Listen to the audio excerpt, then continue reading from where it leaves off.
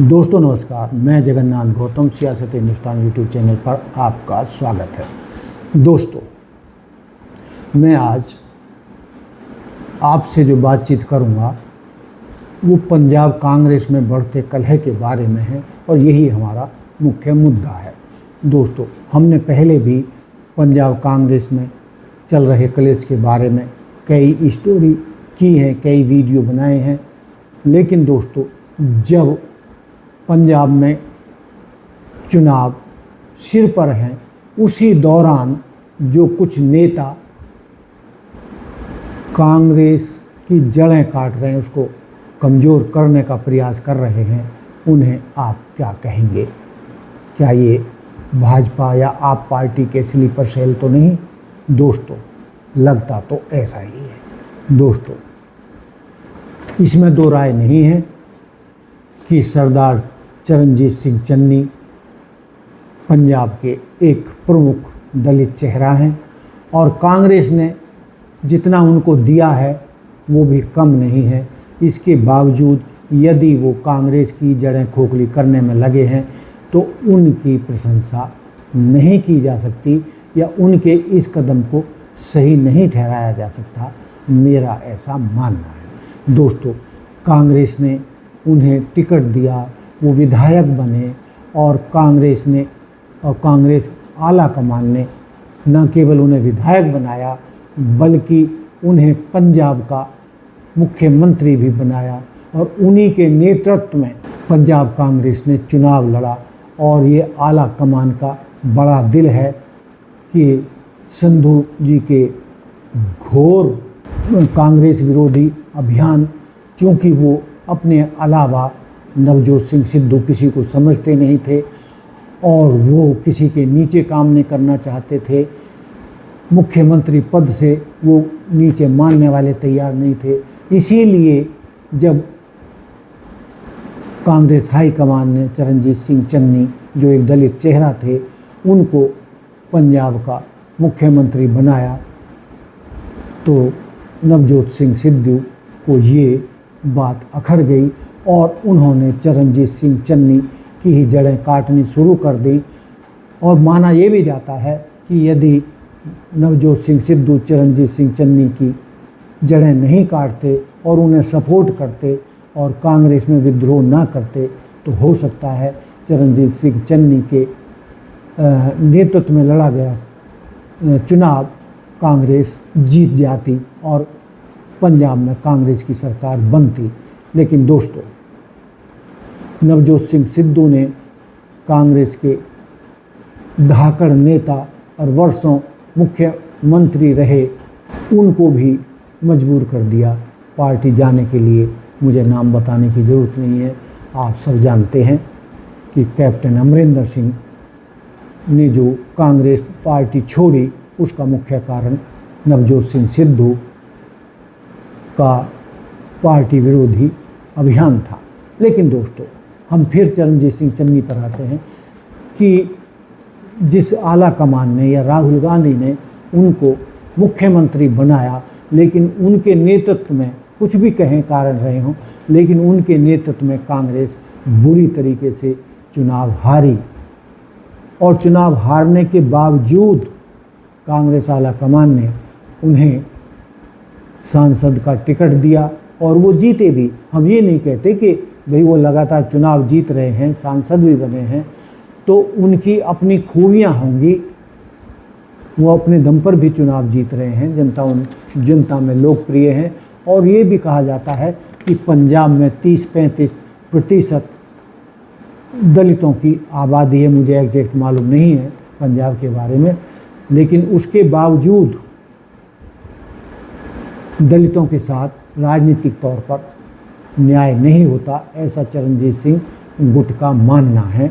और वो इसी बात का विरोध कर रहे हैं कि दलितों की या दलित नेतृत्व की अनदेखी ना की जाए और जब जिसकी जितनी संख्या भारी उतनी उसकी हिस्सेदारी, उसी तौर तरीके से चरणजीत सिंह चन्नी अपना दावा पेश कर रहे हैं और अपने गुट के साथ वो कई बार कांग्रेस पंजाब में होने वाली कांग्रेस की बैठकों में वो हो हल्ला कर रहे हैं। मुझे नहीं लगता कि उनका ये कदम 100% जायज़ है, लेकिन वो जो मुद्दा उठा रहे हैं मैं उससे भी इनकार नहीं करता, वो भी जायज़ है। दलितों को भी उनको मान सम्मान मिलना चाहिए, उनको भी मुख्यमंत्री बनने का हक है। लेकिन दोस्तों, यदि इस तरीके से पंजाब में कांग्रेस जन आपस में लड़ते रहे तो निश्चित तौर पर चुनाव से पहले ही कांग्रेस एक बार फिर हार का मुंह देखेगी। दोस्तों, एक तरफ आम आदमी पार्टी की सरकार बैकफुट पर दिख रही है, तो दूसरी तरफ कांग्रेस के दिग्गज आपस में ही उलझे हैं। आला कमान ने भूपेश बघेल की रिपोर्टों के बाद साफ कर दिया है कि नेतृत्व नहीं बदलेगा, फिर भी चन्नी और वडिंगुट के जंग थमने का नाम नहीं ले रही है। अगर समय रहते इस अंतर कलह को काबू नहीं किया गया तो पंजाब कांग्रेस अपने ही हाथों बनी बनाई बाजी हार सकती है।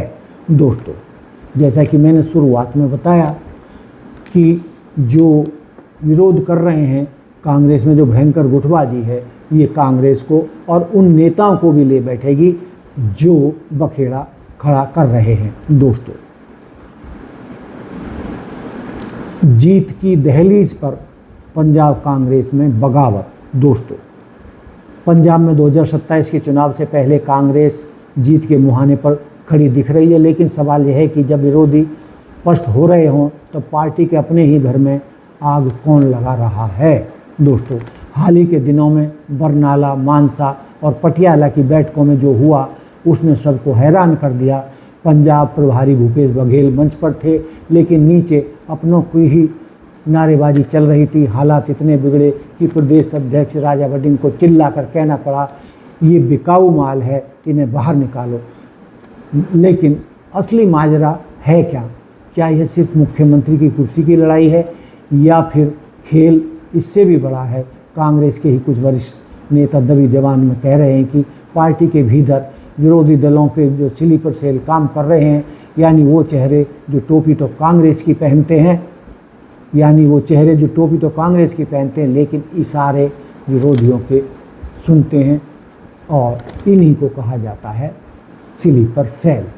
दोस्तों, ये मुद्दा कांग्रेस में पुराना है स्लीपर सेल का, और ये स्लीपर सेल घुन की तरह अपनी ही पार्टी को खाते हैं और वक्त आने पर